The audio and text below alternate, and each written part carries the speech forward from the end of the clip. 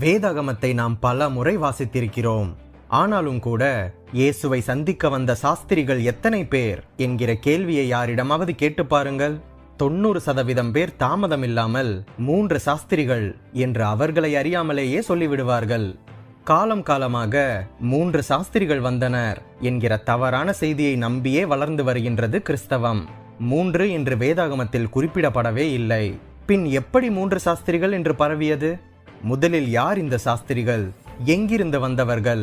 பெர்சியாவில் இருந்தும் சீனாவில் இருந்தும் இந்தியாவில் இருந்தும் இந்த சாஸ்திரிகள் வந்தனர் என்று கூறுவது உண்மையா? கஸ்பார், மெல்கியோர், பல்தசார் என்கிற 3 தான் அந்த சாஸ்திரிகள் என்கிற செய்தி உண்மையா? சாஸ்திரிகள் பற்றி நாம் அறிந்ததும் அறியாததும் என்னென்ன? இப்படி பல குழப்பமான கேள்விகளுக்கு இந்த வீடியோவில் விரிவான பதில்களை பார்க்கலாம். வீடியோவை கடைசி வர பாருங்க. நம் பைபிள் விஸ்டம் தமிழ் சேனலை முறையா பார்க்குறீங்கன்னா சப்ஸ்கிரைப் பண்ணி பெல் பட்டனை பிரஸ் பண்ணிக்கோங்க. சாஸ்திரிகள் உண்மையில் யார் என்று பார்க்கலாம். இவர்கள் ஞானிகள் என்று அழைக்கப்படுகின்றனர். இவர்களில் 2 வகைப்பட்டிருந்தனர், மெய்ஞானிகள் மற்றும் அஞ்ஞானிகள். மெய்ஞானிகள் சன்மார்க்கவாதிகளாக இருந்தனர், நன்கு படித்தவர்கள், கற்று தேர்ந்தவர்கள் மற்றும் நல்லொழுக்கம் உள்ளவர்களாகவும் வாழ்ந்தனர். ஆனால் அஞ்ஞானிகளோ பேய்த்தனத்திற்கு அடுத்த காரியங்களில் செயல்பட்டனர். பெரும்பாலும் தீய ஆவிகளால் செயல்படக்கூடியவர்களாக இருந்தனர். பழைய ஏற்பாட்டு காலத்தில் யோசேப்பின் நிகழ்விலும் தானியேலின் நிகழ்விலும் தேவனால் நடத்தப்பட்ட மெய்ஞானிகளோடு கூட அஞ்ஞான மார்க்கமான சாஸ்திரிகளும் இருந்தனர் என்பதை நாம் பார்க்க முடியும். சாஸ்திரிகள் என முதலில் வேதாகமத்தில் வருகின்ற இடம் ஆதியாகமம் 41:8. இதற்கு பயன்படுத்தப்பட்டுள்ள எபிரேய வார்த்தை சகாம். இதன் அர்த்தம் புத்திசாலியான, திறன்மிக்க என்பது. தானியேல் 2:12 சகாமிம் என்கிற எபிரேய சொல் பயன்படுத்தப்பட்டுள்ளது. இந்த சொல் சகுனம் பார்ப்பவர்களையும் மந்திரவாதிகளையும் குறிக்கின்றது. இவர்கள் காற்று, தீ, நீர், நிலம் போன்றவற்றை வழிபட்டு வந்தனர். ஒருவர் இறந்தால் அவர்களை எரிக்கும் போது அவர்கள் வழிபடும் அக்கினி கடவுள் தீட்டுப்படும் என்றும், இறந்த உடலை தண்ணீரில் விட்டால் தண்ணீர் கடவுள் தீட்டுப்படும் என்றும், இறந்த உடல் அப்படியே அழுகி போகட்டும் என விட்டுவிட்டால் காற்று கடவுள் தீட்டுப்படும் என்றும், பூமியில் புதைத்து விட்டால் பூமி கடவுள் தீட்டுப்படும் என்று நம்பினர். அதனால் மிக பெரிய கோபுரங்களை கட்டி அதன் மேலே இறந்த உடல்களை பிணம் தின்னும் பறவைகளுக்கு இரையாக வைக்கும் பழக்கம் உள்ளவர்களாக இருந்தனர். இப்படி இவர்கள் கட்டிய கோபுரங்களுக்கு அமைதி கோபுரங்கள் என பெயர். இவர்கள் ஜோதிடம் பார்க்கிறவர்களும் அமாவாசை கணிக்கிறவர்களும் நட்சத்திரம் பார்க்கிறவர்களுமாக இருந்தனர் என்று ஏசாயா 47:13 சொல்கின்றது. மேலும் கட்டை, கம்பு போன்ற கோல் போன்றவற்றின் மூலம் எதிர்காலத்தை கணிக்கக்கூடியவர்களாக இருந்தனர். ஒரு கோலை மூக்குக்கு நேராக நீட்டி தங்கள் தெய்வங்களை நினைத்து ஜோதிடம் சொல்லக்கூடியவர்களாகவும் இருந்தனர். இதை குறித்து எசேக்கியேல் புஸ்தகத்தில், அப்போது அவர் என்னை நோக்கி, மனுபுத்திரனே, இதை கண்டாயா? திராட்சை கிளையை தங்கள் நாசிக்கு நேராக பிடிக்கின்றனர் என்று எசேக்கியேல் 8:17 சொல்லப்பட்டுள்ளது. இதை போல ஓசியா தீர்க்கதரிசியும் ஓசியா 4:12 உரைத்திருக்கின்றார். சாஸ்திரிகளை மேகோஸ், மேகி என்று அழைப்பதும் குறிப்பிடத்தக்கது. மேகி என்ற வார்த்தைக்கு கோள்கள், நட்சத்திரங்கள் போன்றவற்றை ஆய்வு செய்யும் ஞானிகளை குறிக்கின்றது. உண்மையான தெய்வத்தை ஆராதிக்கும் மேகிக்கள் யோசேப்பை போல எகிப்திலும் தானியேலை போல பாபிலோனிலும் இருக்கத்தான் செய்தனர். பாபிலோனிலே தானியேலின் காலத்தில் அநேக சாஸ்திரிகள் இருந்தனர் என்று பார்க்கின்றோம். ஆனால் அவர்களை விட தானியேல் சிறந்தவராக இருந்தார் என்றும், பிற்காலங்களில் தானியேல் சாஸ்திரிகளுக்கு எல்லாம் தலைவனாக விளங்கினார் என்றும் பார்க்கின்றோம். ஏனென்றால் யோசேப்புக்குள் தேவ ஆவியானவர் இருக்கின்றார் என்று பார்வோன் மன்னன் சொன்னது போல தானியேலுக்குள் விசேஷித்த ஆவி இருந்ததை தானியேல் 6:3 பார்க்கின்றோம். எனவே தீய ஆவியின் உதவியினால் சாஸ்திரங்களில் ஈடுபடுவோரும் உண்டு. தெய்வீக ஆவியை பெற்று சன்மார்க்கமாக வாழ்ந்து ஒழுக்க நெறியோடு ஜீவிக்கிற சாஸ்திரிகளும் உண்டு. அடுத்தது சாஸ்திரிகள் எங்கிருந்து வந்தவர்கள் என்று பார்க்கலாம். மத்தேயு 2:1-2 கிழக்கிலே நட்சத்திரத்தை கண்டு சாஸ்திரிகள் வந்ததை பார்க்கின்றோம். இவர்கள் இந்தியா, இலங்கையில் இருந்து வந்தவர்கள் என்று சிலர் யூகிக்கின்றனர். எருசலேமின் கிழக்கே என்பதினாலேயே இந்த சாஸ்திரிகள் பாரசீகம், இந்தியா, சீனா போன்ற நாடுகளில் இருந்து வந்திருக்கக்கூடும் என்று கருதுகின்றனர். நீண்ட காலமாகவே கிழக்கில் இருந்து வந்த சாஸ்திரிகளில் ஒருவர் இந்தியாவைத்தான் சார்ந்தவர் என்கிற கருத்து இன்றும் நிலவி வருகின்றது. ஆனால் அதற்கான ஆதாரங்கள் எதுவும் இன்று வரை கிடைக்கவில்லை. போர்த்துகீஸை சேர்ந்த வரலாற்று ஆய்வாளர் யுவான் டி பர்ரோஸ் என்பவர் 1496 இருந்து 1570 வரை வாழ்ந்தவர். அவர் தமது ஆசியா என்கிற நூலில் இயேசுவை காண வந்த சாஸ்திரிகளில் ஒருவர் இளம் வயதுடையவர் என்றும், அவரது பெயர் பெரிய பெருமாள் என்றும், அவர் இலங்கை யாழ்ப்பாணத்தை சார்ந்தவர் என்றும் குறிப்பிட்டுள்ளார். அக்காலத்தில் இலங்கை இந்தியாவின் பகுதியாக இருந்தது என்பது குறிப்பிடத்தக்கது. இலங்கை யாழ்ப்பாணத்தை சேர்ந்த இந்த பெரிய பெருமாள் அவரது பெயரை கஸ்பார் என்று மாற்றிக்கொண்டாராம். இயேசுவின் 12 சீஷரில் ஒருவரான தோமா இந்தியாவிற்கு வந்தபோது இந்த வயதான பெரிய பெருமாள் என்கிற கஸ்பார் தோமாவிடம் ஞானஸ்நானம் பெற்றுக்கொண்டதாக யுவான் டி பர்சோஸ் தனது நூலில் குறிப்பிட்டுள்ளார்.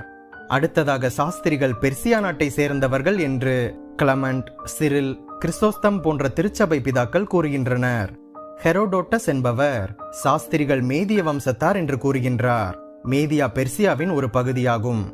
இந்த பெர்சியாவில் மேகிக்கள் என்று அழைக்கப்பட்டவர்கள்தான் இயேசுவை காண வந்தவர்கள் என்று கருதுகின்றனர். இந்த மேகிக்கள் பெர்சிய அரசர்களின் அரச குருமார்கள். இவர்கள் அரசர்களோடு மிகவும் நெருக்கமானவர்கள் என்றும், அதனால்தான் இயேசுவுக்கு விலையுயர்ந்த பொருட்களை காணிக்கையாக கொண்டு வர முடிந்தது என்றும் கூறுகின்றனர். இந்த பெர்சிய சாஸ்திரிகள் சாதாரணமானவர்கள் அல்ல. தத்துவம், மருத்துவம், விஞ்ஞானம் மற்றும் வானசாஸ்திரம் ஆகியவற்றில் மிகவும் கற்றுத்தேறினவர்கள். பெர்சியர்களால் மிகவும் மதிக்கப்பட்டனர். இவர்கள் நட்சத்திரங்களை ஆய்வு செய்வதில் மிகவும் ஆர்வம் காட்டினர். ஒரு மனிதனின் பிறப்பு எந்த நட்சத்திரத்தில் இருந்ததோ அந்த நட்சத்திரத்தை கொண்டு அவனது எதிர்காலத்தை மிக எளிதாக கணக்கிட்டு விட முடியும் என்று இவர்கள் நம்பினர். ஒரு மிக பெரிய மகான் பிறந்திருக்கின்றார் என்று தாங்கள் கண்ட நட்சத்திரத்தின் வழியாக எருசலேம் வந்தவர்கள் இந்த பெர்சிய சாஸ்திரிகள் தான் என்றும் சொல்கின்றனர். அடுத்ததாக உலகில் பல்வேறு பகுதியில் இருந்து இந்த சாஸ்திரிகள் வந்தனர் என்று வாதாடுகிறவர்களும் இருக்கின்றனர். மெசபத்தோமியா, ஈரான் மற்றும் அரேபிய நாடுகள் என்று சொல்கின்றனர். குறிப்பாக ஜஸ்டின், தொத்துல்லியன், எபிபனியஸ் போன்றவர்கள் சாஸ்திரிகள் அரேபிய நாட்டை சேர்ந்தவர்கள் என்கின்றனர். இயேசு கிறிஸ்து பிறந்த நாட்களில் மேதியா, பெர்சியா, அசிரியா, பாபிலோனியா போன்ற இடங்களில் சாஸ்திரிகள் இருந்தனர் என்பதற்கு சரித்திர குறிப்புகளும் உள்ளது. வேதாகமத்தில் உள்ள பழைய ஏற்பாட்டு சாஸ்திரிகள் குறிப்பை வைத்து அப்போஸ்தலர் 7:22, தானியேல் 1:20, 4:7, 4:9 வைத்து சாஸ்திரிகள் பாபிலோன் மற்றும் எகிப்தில் இருந்துதான் வந்திருக்க வேண்டும் என்கிற கருத்து பலராலும் சொல்லப்படுகின்றது. இறுதி வரை இந்த சாஸ்திரிகள் எங்கிருந்துதான் வந்தார்கள் என்பதை துல்லியமாக யாராலும் சொல்ல முடியவில்லை. அடுத்ததாக இயேசுவை காண வந்த சாஸ்திரிகள் எத்தனை பேர் என்பதை பற்றி பார்க்கலாம். சாஸ்திரிகள் என்றாலே 3 தான் என்று வேதாகமத்தில் சொல்லப்படாத கருத்துதான் இப்பொழுதும் நிலவி வருகின்றது. பொதுவாக கஸ்பார், மெல்கியோர், பல்தசார் என்கிற 3 தான் அது என்று பலரும் நம்பி வருகின்றனர். குஷ்னாசாப், ஹோர்பிஸ்டாஸ், லார்வண்டாட் என்பதுதான் அந்த 3 பெயர்கள் என்று சீரிய பாரம்பரியம் கூறுகின்றது. மற்றொரு சாரார் அவர்களது பெயர் ட்ரெஸ், ரேயஸ், மேகோஸ் என்று குறிப்பிடுகின்றனர். சிலர் கஸ்பார், ராபர்ட், எலிசாபத் என்றும் சொல்கின்றனர். இப்படி இந்த 3 பேருக்கு பல பெயர்கள் கொடுக்கப்பட்டுள்ளது. எது எப்படியோ வந்தது 3 பேர் என்று வேதாகமம் எங்குமே குறிப்பிடவில்லை. சரித்திர குறிப்புகளும் நம்மை குழப்பத்தான் செய்கின்றது.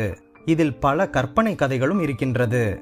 ஒவ்வொரு வருடமும் ஜனவரி 6ஆம் தேதி 3 சாஸ்திரிகளின் நினைவு நாள் கோலாகலமாக ஜெர்மன் மற்றும் ரோம் நாடுகளில் கொண்டாடப்படுகின்றது. இந்த நாளில் 3 சாஸ்திரிகளைப் போல வாலிபர்கள் வேடம் அணிந்து C+, M+, B+ என்கிற குறியீடை இரவில் வீடு வீடாக சென்று போடுவார்களாம்.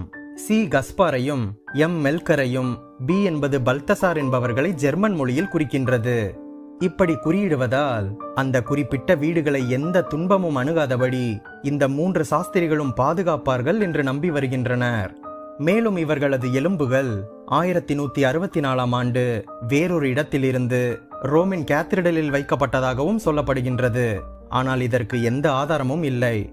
இதில் கேள்வி என்னவென்றால், இன்று அநேகர் நம்புவது போல வந்தது 3 பேர் தானா? எப்படி 3 என்கிற கருத்து வந்தது? இதை பற்றி மத்தேயு எந்த விபரத்தையும் நமக்கு கொடுக்கவில்லை. ஆனால் அதற்கு பின்பு வந்த மக்கள் சாஸ்திரிகள் இயேசுவை சந்தித்து கொடுத்த பரிசு பொருட்களின் எண்ணிக்கையை வைத்து வந்தது 3 பேர் தான் என்று நம்ப ஆரம்பித்தனர். கஸ்பார், மெல்கியோர், பல்தசார் என்கிற பெயர்களும் அப்படியே காலப்போக்கில் வந்துவிட்டது. ஒன்றை மட்டும் நாம் நன்கு புரிந்து கொள்ள வேண்டும். கொடுத்த பரிசு பொருட்களை வைத்து வந்தவர்களின் எண்ணிக்கையை கணிப்பது தவறு.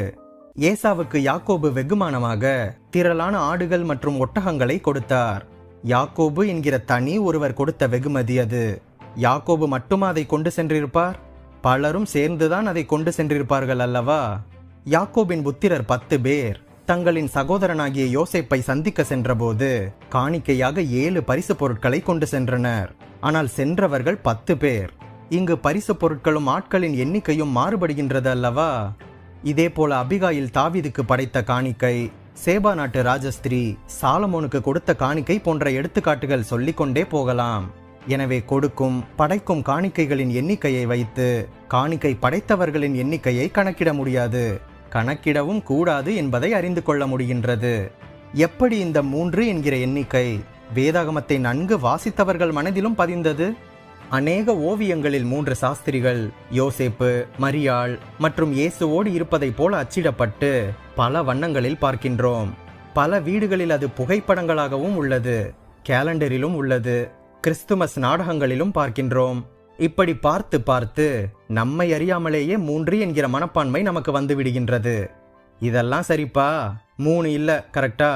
அப்போ மொத்தம் எத்தனை பேர் தான்ப்பா வந்தாங்க, அதை சொல்லு முதல்ல என்று நீங்கள் கேட்பது எனக்கு புரிகின்றது. சில பாரம்பரிய குறிப்புகளில் 12 ஆட்கள் வரை வந்திருக்கலாம் எனப்படுகின்றது. ஆனால் மற்றொரு குறிப்பில் 300 பேர் வந்தனர் என்று குறிப்பிடப்பட்டுள்ளது. இதற்கு இவர்கள் மேற்கோள் காட்டும் வார்த்தை மத்தேயு 2:3. ஏரோது அதை கேட்டபொழுது அவனும் அவனோடு கூட எருசலேம் நகரத்தார் அனைவரும் கலங்கினார்களாம். ஏன் ஏரோது கலங்க வேண்டும்? ஏன் எருசலேம் நகரத்தாரும் கலங்க வேண்டும்? வந்தது 3 பேர் என்றால் அவர்கள் கலங்கியிருக்க வாய்ப்பே இல்லை.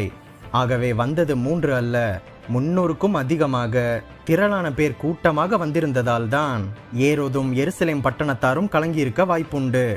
இயேசுவை ஆராதிக்க வந்த சாஸ்திரிகளுக்கு மேகோஸ், மேகி என்கிற பன்மை சொல் கிரேக்க மொழியில் பயன்படுத்தப்பட்டுள்ளது. இயேசுவை தரிசிக்க வந்தது 3 சாஸ்திரிகள் அல்ல, 300க்கும் அதிகமான சாஸ்திரிகள் வந்தனர் என்பதை நிதர்சனமான உண்மை. சாஸ்திரிகள் பற்றிய குழப்பமான கேள்விக்கு இப்பொழுது உங்களுக்கு பதில் கிடைத்திருக்கும் என்று நினைக்கின்றேன். நீங்களும் இத்தனை நாளாக சாஸ்திரிகள் 3 பேர் என்று நினைத்து ஆனால் இன்று வந்தது பலர் என்று தெரிந்து கொண்டிருந்தால் கமெண்ட்ல அதை சொல்லுங்க. வந்தது நிறைய பேர்னு எனக்கு ஏற்கனவே தெரியும்பா என்று உங்களுக்கு முன்பே தெரிந்திருந்தாலும் அதையும் கமெண்ட்ல சொல்லுங்க. நீங்கள் ஆசீர்வதிக்கப்பட்டவர்கள்.